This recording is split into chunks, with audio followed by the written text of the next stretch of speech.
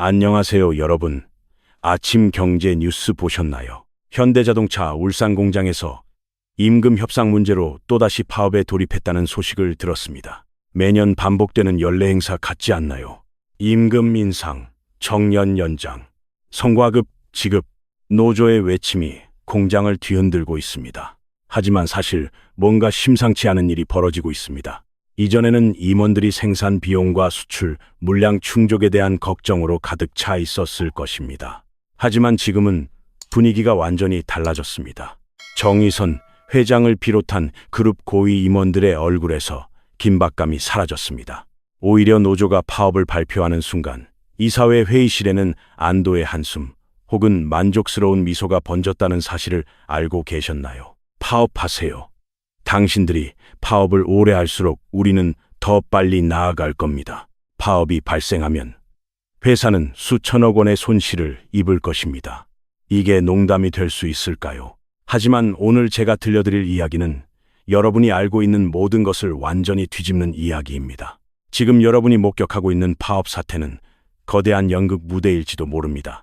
조지아의 메타플랜트와 한국의 스마트 공장에서는 이 무대 뒤에서 완전히 새로운 인간이 아닌 존재들이 이 상황을 즐기며 편안하게 지내고 있습니다. 잠시 시간을 2년 전 2024년으로 되돌려 보겠습니다. 그리고 지금과 비교해 보세요. 현대자동차 노조는 매우 강력합니다. 한국에서 가장 조직적이고 영향력 있는 단체 중 하나입니다. 그들은 매년 경영진을 압박하며 노동자의 권리를 요구해 왔습니다. 2024년 상반기에는 임금 협상이 결렬될 때마다 지역 파업이 발생하여 생산 라인이 중단되기도 했습니다. 파업이 발생하면 회사는 하루에 수천억 원의 매출 손실을 입고 파업이 장기화되면 그 손실액은 수천억 원에 달합니다. 이것이 현실입니다. 그리고 이러한 손실은 결국 소비자에게 전가되어 자동차 가격 상승으로 이어집니다. 노조는 이를 무기로 사용했습니다. 우리가 파업을 하면 당신들도 모두 망할 것이다. 이것이 그들의 협상 카드였습니다.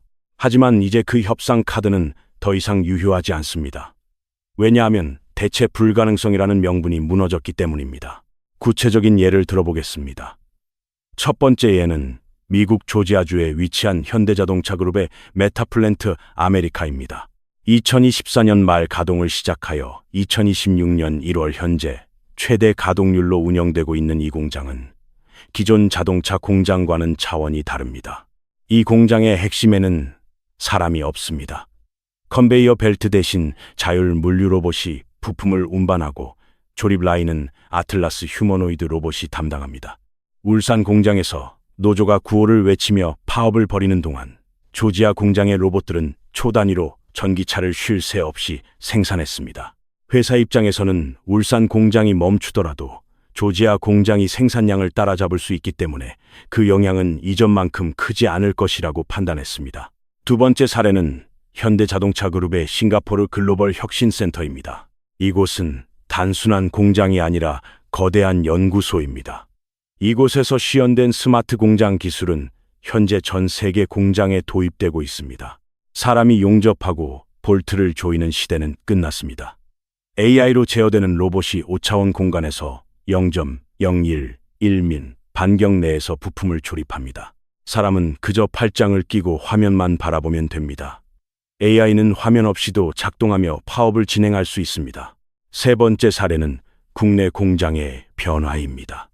이러한 변화는 울산 공장에서 여실히 드러났습니다.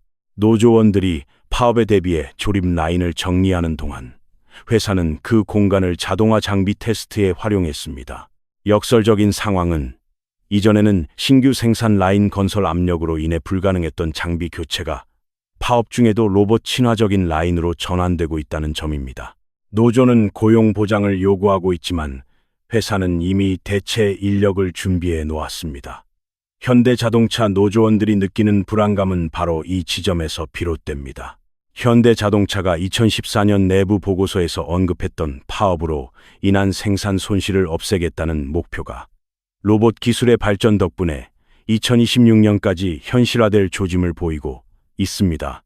회사가 파업을 두려워하지 않는 이유, 아니, 오히려 파업을 기다리는 이유가 분명해집니다. 파업이 길어질수록 회사는 로봇 도입을 위한 더욱 명분 있는 명분을 얻게 되기 때문입니다. 노조 파업으로 생산이 불가능해지니 자동화가 도입될 것이라는 주장은 주주, 여론, 심지어 소비자까지 설득력이 있습니다. 결국 노조 파업은 곧 로봇에게 일자리를 넘겨줄 고속 열차에 탑승하는 것과 다름없었습니다.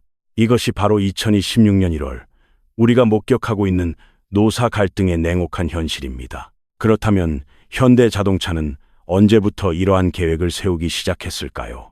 현대자동차가 로봇 회사 보스턴 다이내믹스를 인수했을 때 많은 사람들이 의아해했습니다. 때는 2021년이었습니다.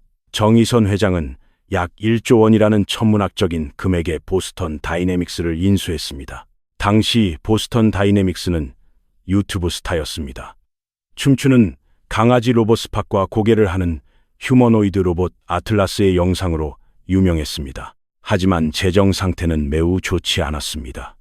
구글조차 외면했고 소프트뱅크도 등을 돌린 돈을 쏟아붓는 하마와 같은 회사였습니다. 인수 4년 후인 2015년에도 보스턴 다이내믹스는 누적 손실 2억 원을 기록했습니다. 연간 3억 원의 적자를 내던 회사였던 셈입니다.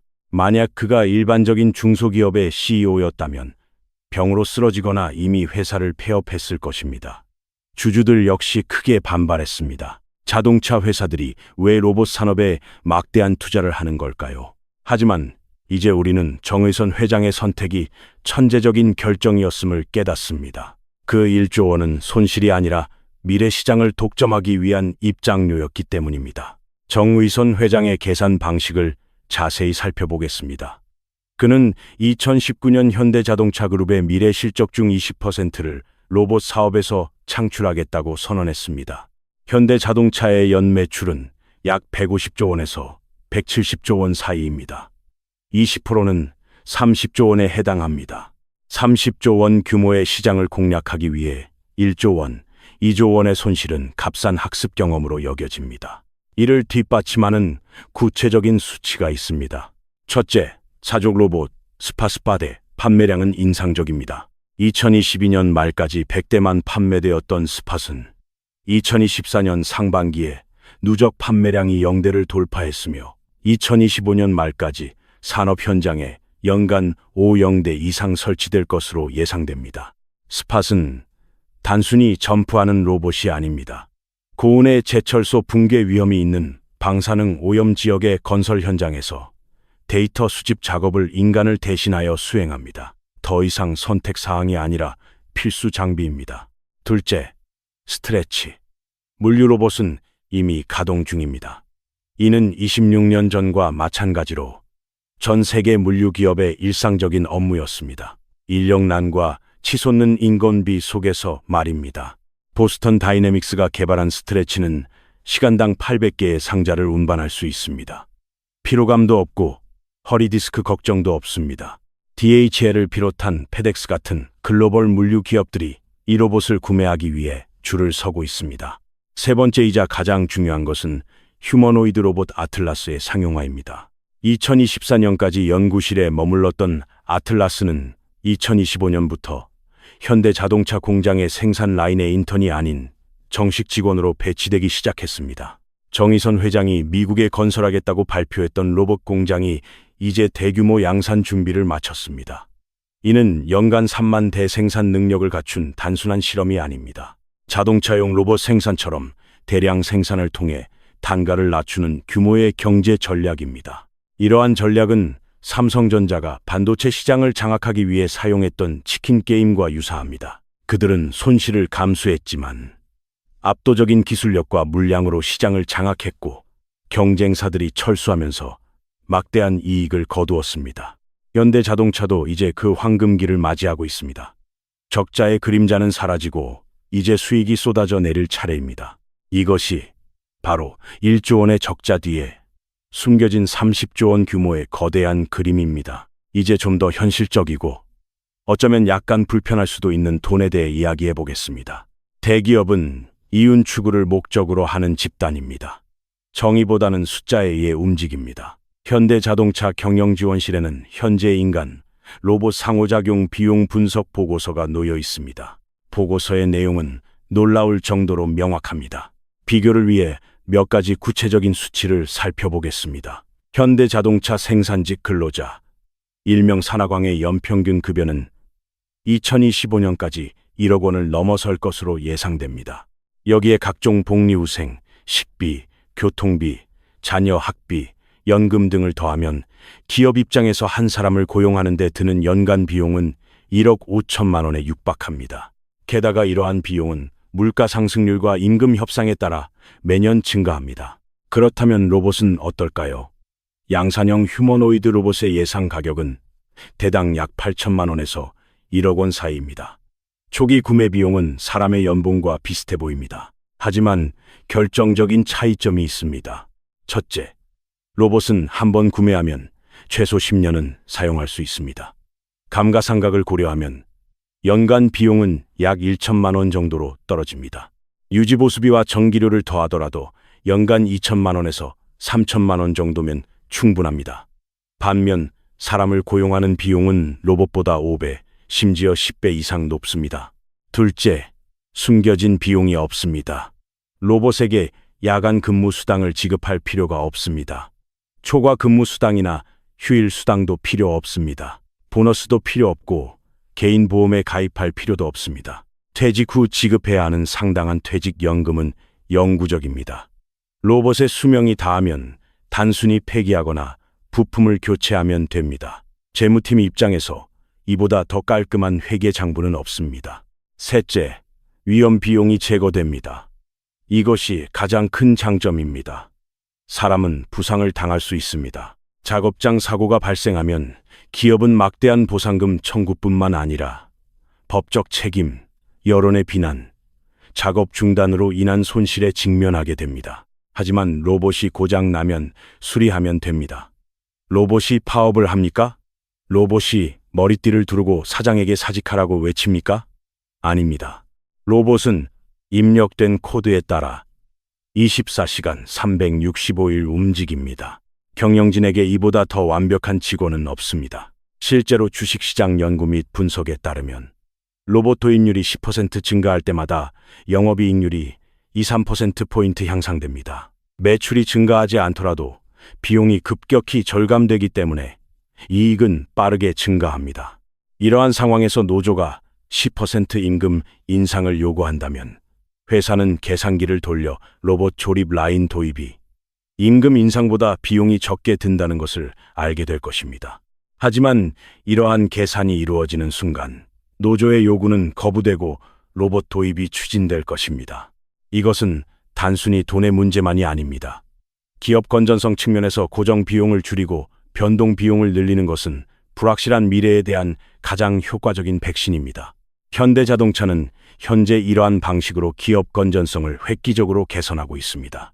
여기서 우리는 정치와 법이 경제에 미치는 역설적인 영향을 지적해야 합니다. 바로 이른바 황금봉투법의 사례입니다. 노동조합법 개정안인 이 법은 노동자의 파업권을 폭넓게 보장하는 동시에 기업의 손해배상 청구권을 제한합니다. 의도는 좋았습니다. 목표는 취약한 노동자들을 보호하는 것이었지만 결과는 어땠을까요? 이 법은 오히려 기업들의 로봇 열풍에 불을 지폈습니다. 자본은 두려워하고 있습니다. 그리고 자본은 영리합니다. 기업 입장에서는 해고하기 어렵고 파업 시 보상금을 청구하기 어려운 인력을 고용하는 것이 너무 위험한 일이 되었습니다. 실제 사례 3가지를 살펴보겠습니다. 첫째, 중견 자동차 부품 회사인 A사의 경우를 보겠습니다. 2024년 황금봉투법 골든 엠블럽 베이식에 대한 논의가 본격화되자마자 이 회사는 신규 채용을 전면 중단했습니다. 대신 자금을 차입하여 공장 자동화 설비에 투자했습니다. CEO는 인터뷰에서 이렇게 말했습니다. 직원을 고용했다가 문제가 생기면 회사를 문 닫아야 합니다. 이자를 내더라도 기계를 사용하는 것이 훨씬 낫습니다. 법을 두려워하여 사람을 고용하지 않는 상황이 발생한 것입니다. 둘째, 두산 로봇, 레인보우 로봇과 같은 로봇 회사들의 주가가 급등하고 있습니다. 황금봉투법 골든 엔벨롭 H. 이 쟁점이 될 때마다 이들 기업의 주가는 급등합니다. 투자자들은 이를 잘 알고 있습니다. 노동법이 강화될수록 기업들은 로봇을 도입할 수밖에 없을 것입니다. 실제로 지난 2년간 국내 로봇 기업들의 매출은 급증했습니다. 이러한 수요 증가는 대기업보다는 인력 부족과 노동 관련 위험에 시달리는 중소기업에서 주로 발생합니다. 세 번째로 현대제철의 안전장치 도입을 둘러싼 논란이 있습니다. 금속가공업계 노조는 가스통 로봇이 근로자들을 감시하고 있다며 반발했습니다. 그러나 현대제철 측은 안전관리를 이유로 들며 로봇 도입이 법적으로 중대한 처벌을 피할 수 있는 이점이 있다고 주장했습니다. 사람이 위험 구역에 들어가 사고를 당하면 사장은 감옥에 가지만 로봇이 감시를 통해 사고를 예방하면 사장은 오히려 보상을 받습니다. 이 법은 사실상 기업들이 사람 대신 로봇을 사용하도록 부추기는 것입니다. 역설적이게도 노동조합은 스스로를 보호하기 위해 법을 만들었지만 바로 그 법 때문에 기업들은 인간을 고용하고 싶지 않다고 선언할 수밖에 없게 되었습니다. 이것이 2026년 한국 노동시장의 암울한 모습입니다. 노조는 강력한 법적 보호 아래 파업권을 행사하는 반면 기업들은 그 보호막에서 벗어나 새로운 보호막, 즉 로봇과 손을 잡고 있습니다. 결국 노조의 치열한 투쟁은 역설적으로 로봇 시대를 50년 앞당기는 포괄적인 판매 시스템으로 이어졌습니다. 자, 이제 이야기의 핵심으로 들어가 보겠습니다. 좀 더 깊이 파고들어 봅시다. 정의선 회장이 로봇에 전폭적으로 투자한 것은 단순히 인건비를 절감하고 파업을 막기 위한 것이었을까요? 아닙니다. 진짜 이유는 훨씬 더 크고 재정적인 이유에 있습니다. 바로 현대자동차 그룹의 지배구조 개편과 관련이 있습니다. 현대자동차 그룹은 여전히 해결되지 않은 문제들을 안고 있습니다. 이는 악순환적인 투자입니다. 현대모비스, 현대자동차, 기아, 그리고 다시 현대모비스로 이어지는 이연이은 대기업 구조는 소수의 지분으로 그룹 전체를 장악할 수 있게 해주지만 투명성 부족으로 정부와 시장으로부터 지속적인 비판을 받아왔습니다. 정의선 회장이 그룹에 대한 완전한 통제권과 안정적인 경영을 원한다면 이러한 구조를 깨고 자사주 매입에 나서야 합니다. 문제는 자금입니다. 이를 위해서는 막대한 현금이 필요할 것입니다. 추정되는 비용만 해도 1영억 원에서 7조 원에 이릅니다. 대기업 회장이라 하더라도 개인적으로 이처럼 큰 금액을 마련하는 것은 쉽지 않습니다. 보스턴 다이내믹스의 나스닥 상장 사례가 떠오릅니다. 정 회장은 보스턴 다이내믹스를 인수할 당시 개인 자산이 400억 원을 투입해 자신의 명의로 지분 20%를 매입했습니다. 회사 명의가 아닌 회장이 직접 주식을 매입했다는 사실 자체가 매우 중요한 의미를 지닙니다. 보스턴 다이내믹스의 기술력이 인정받고 매출이 급증하여 나스닥에 상장된다면 어떻게 될까요? 현재 로봇 시장의 성장 잠재력을 고려할 때 보스턴 다이내믹스의 기업 가치는 최소 30조 원으로 추산되며 시장이 과열될 경우 50조 원까지도 도달할 수 있습니다. 테슬라의 주가 수익 비율 적용하면 50조 원이라는 수치도 불가능한 것은 아닙니다. 설령 기업 가치가 30조 원에 불과하더라도 정의선 회장의 지분 20%는 6조 원의 가치를 지니게 됩니다. 이는 이 400억 원을 투자하여 25배의 수익을 올리는 마법과도 같은 일입니다. 이 6조 원으로 무엇을 할 수 있을까요? 현재 투자 사이클을 끝내는 데 필요한 자금을 전액 조달할 수 있습니다. 상속세 납부와 경영구조 개편을 거친 후에도 남는 금액입니다. 다시 말해 정의선 회장에게 로봇은 단순한 새로운 사업 분야가 아니라 기업 지배구조를 완성하는 만능 열쇠이자 황금알을 낳는 거위와 같은 존재입니다. 따라서 현대자동차는 손실을 감수하면서까지 로봇 사업에 전력을 다해야 했습니다. 현대자동차 공장에 수천 대의 로봇을 설치하고 자회사들이 로봇을 인수한 것은 궁극적으로 보스턴 다이내믹스의 매출 증대와 기업 공개, 이후의 대성공을 위한 내부 지원책이었습니다. 이는 정교하고 치밀하게 계산된 재무 전략입니다. 노조 파업 여부와 관계없이 회장은 이러한 큰 그림을 그리고 있기에 안심할 수 있었습니다. 마지막으로 미래를 내다봅시다. 변화는 지금 너무나 빠르게 일어나고 있는데 4년 후인 2030년의 세상은 어떤 모습일까요? 현대자동차의 로드맵에 따르면 2030년은 완전 자동화의 시작이 될 것입니다. 우선 주조 공장식 로봇 생산 시대가 도래할 것입니다. 반도체 위탁 생산 업체들처럼 현대자동차도 로봇 위탁 생산 사업을 시작할 준비를 하고 있습니다. 전 세계 로봇 스타트업들이 설계안을 가져오면 현대자동차의 글로벌 공장에서 로봇을 생산할 것입니다. 이로써 현대자동차는 단순한 자동차 회사에서 모빌리티 및 로봇 제조 플랫폼 기업으로 변모할 것입니다. 이때 필요한 인력은 용접공이 아니라 로봇을 관리할 엔지니어 몇 명뿐일 것입니다. 둘째로, 기존 제조업 일자리의 대규모 구조조정은 불가피한 현실이 될 것입니다.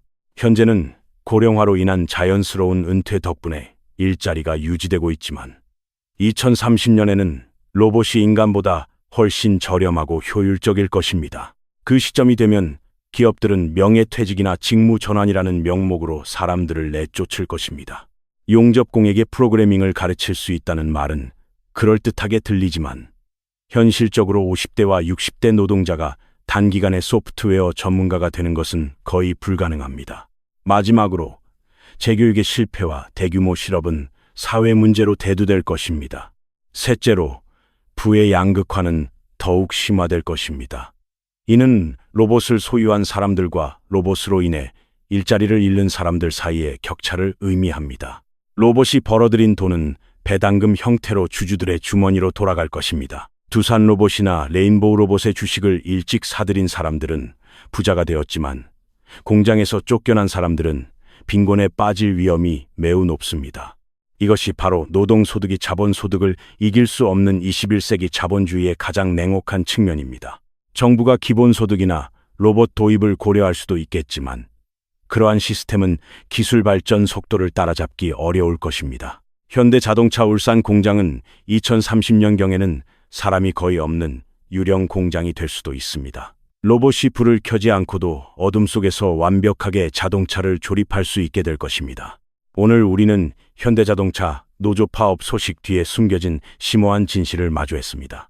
노조원들이 주먹을 불끈 쥐고 투쟁 구호를 외치던 바로 그 순간, 정의선 회장은 스마트폰으로 보스턴 다이내믹스의 나스닥 상장 준비 보고서를 조용히 검토하고 있었을지도 모릅니다. 그리고 공장 한쪽에서는 지칠 줄 모르는 엔진을 장착한 아틀라스 로봇이 인간의 일자리를 하나씩 대체하고 있습니다.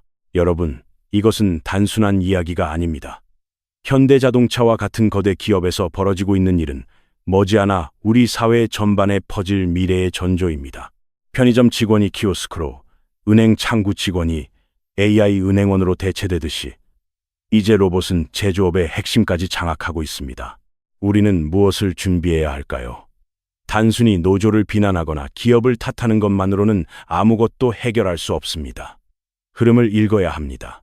저는 제 일자리가 로봇으로 대체될 가능성을 진지하게 고민해 봐야 합니다. 그리고 단순히 노동 소득에만 의존하는 것이 아니라 로봇 산업에 투자하여 자본 소득을 창출하는 지혜가 필요할지도 모릅니다. 어쩌면 우리는 로봇이 결코 흉내낼 수 없는 인간만의 고유한 영향력을 키워나가야 할지도 모릅니다. 자, 이제 행동에 나서십시오. 이는 경영진의 조롱이 아니라 변화에 저항하는 이들에게 보내는 시대의 경고입니다. 세상은 변했습니다. 그리고 변화의 속도는 여러분이 생각하는 것보다 훨씬 빠릅니다. 오늘 영상이 여러분이 미래를 준비하는데 도움이 되었기를 바랍니다. 로봇과 인간이 공존하는 시대, 혹은 로봇과 경쟁해야 하는 시대 말입니다.